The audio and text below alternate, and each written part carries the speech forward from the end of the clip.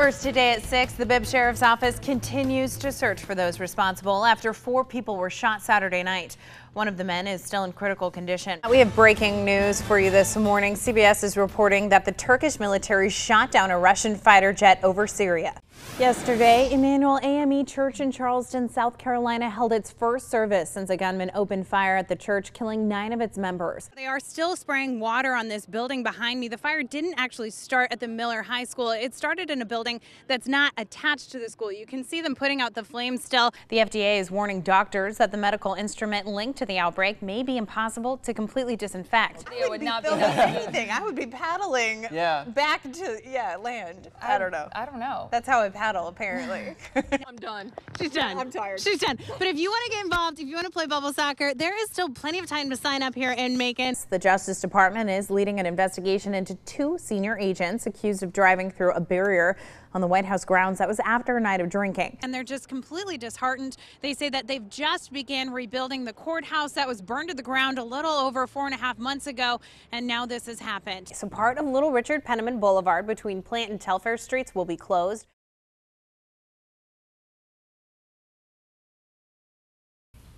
And Georgia's first Lego League state competition is this weekend up in Athens, and I caught up with the only elementary school team that is representing Bibb County this year.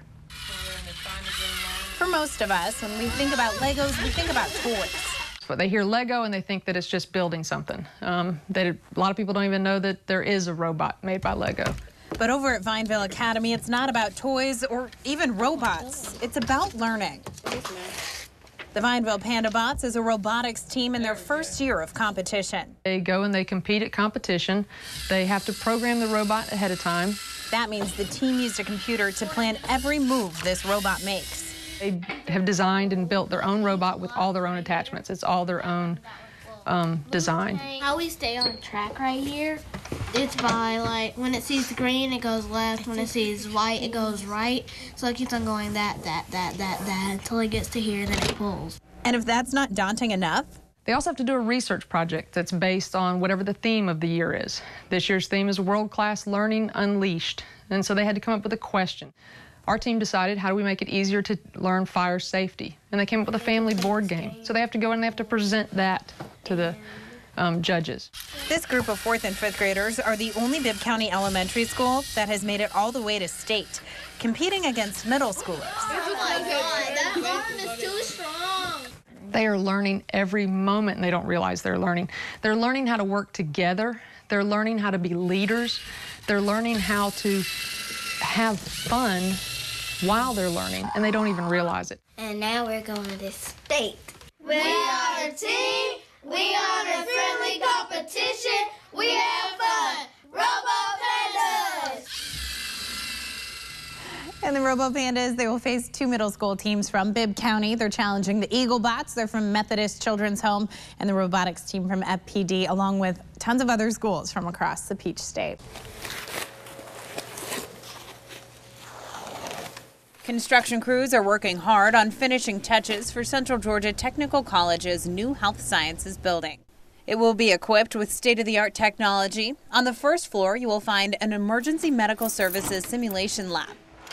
They can make it simulate like the ambulance is going down the road. Paramedic students will be able to experience real-life situations, from finding patients and transporting them to performing life-saving measures in the back of a simulated moving ambulance. I mean, this thing moves like it's going through big potholes. Across the hall is a physical therapy lab, complete with a working hydrotherapy pool. We climbed to the 2nd floor to find what will be 2 fully equipped operating rooms. 2 OR rooms with a clean area with scrub sinks, so it's going to simulate a basically clean environment like you would see in a hospital with operating rooms. And the Dean of Health Sciences, Paula Pena, says with this new building comes new programs. The physical therapy assistant. The other big program that we're anticipating is the Associate Degree Nursing program. Students in that new nursing program will spend most of their time up on the 3rd floor, and the contractors are working to make every dollar count, even when designing working labs. It's developed where instructor can actually watch over 2 classes at one time, or you can close the blinds and, separate the 2 labs. Assistant Vice President of Facility Services, Jimmy Faircloth, who you may also recognize as Perry's mayor, says it will cost $21 million to construct and equip the building, but it is already making an economic impact. We've got a local contractor who is building the building for us, and they've got over 60% of the subcontractors who are also local that are building this. So the economic impact as to putting the money back into the community from which it will serve is fairly high. And he says the building's benefit for the community, for Central Georgia Technical College, and the students they serve will only increase. In Warner Robins, Sheera Poelman, 13 WMAZ Eyewitness News.